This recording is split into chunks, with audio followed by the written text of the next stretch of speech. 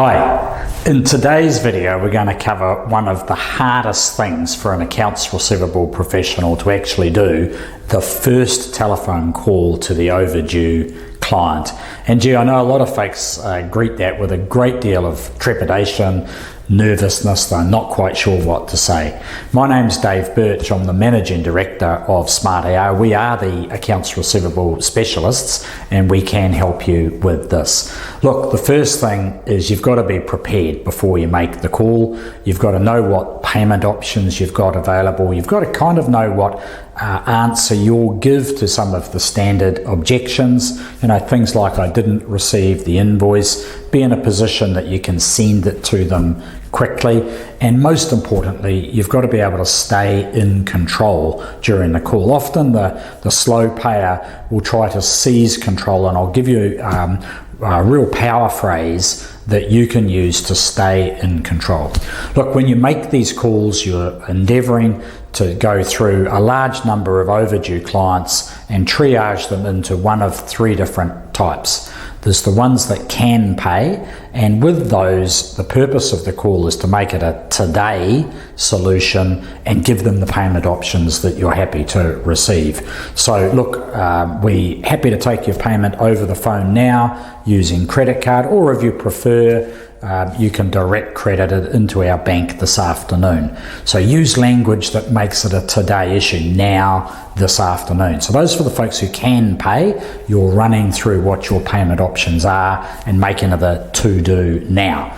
Okay, let's talk briefly about the ones that can't pay. And these folks tend to sort of duck and dive a bit. They'll give you some excuses. I didn't get the invoice. Is it okay if I pay you when my big customer pays them? And with those folks, it's very, very important that you listen to them, understand what the reason is that they're giving you, the reality of the excuse, show some empathy. And here comes the power phrase: in those circumstances, what we do is. Okay, so if they're telling you that they can't pay you until they get paid themselves, that's often used as a reason for slow payment. So yeah, look, we know it's tough out there. There are some slow payers at the moment, and we know how that affects clients like yourself. What we do in those circumstances is, and then remember, you've prepared for that as an objection, you tell them what it is that you do. A good example in professional services, if someone can't pay the full amount now, what we do in those circumstances is we spread it over 6 or 12 months using our fee funding solution, which is one of the services that we provide.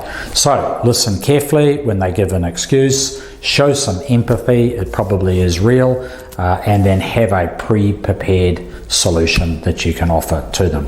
And then finally, there's the group, we've talked about the ones that can pay, the ones that can't pay, there's the ones that won't pay. And it's great, this is a customer service call, so you've got to them early. They've not been seething and fuming and sort of building up pressure over several months. You've probably called them 2 or 3 days after the bill is due, and they may well go off at you. They may well be angry, they may well be annoyed or frustrated, and you kind of want to know this as a business owner. Whenever we've got a dissatisfied customer, I want to know because I want to put it right. So that's what you have to do in these instances. If they won't pay, certainly listen to the client, let them vent, and then drop into solution mode. It might be something you can fix very quickly there and then, or alternatively it might be something that's going to take a little while, in which case give the client a time frame that you'll go back to them and make sure you stick to that time frame, because that's actually a disputed payment and you want to solve the dispute. If they're not unhappy with all of the service that you rendered to them, get them to pay for the bit that isn't in dispute, and then just pick up the bit that's in dispute.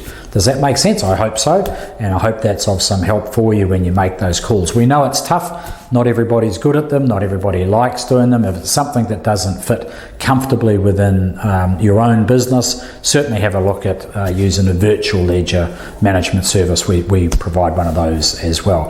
Let me know your successes on the phone. Certainly drop us a line if you've got any problems, objections that you just can't think of an answer for, and we'll be able to give you some guidance how to get your accounts receivable down, a little bit more money in the bank. Good luck with that. Cheers.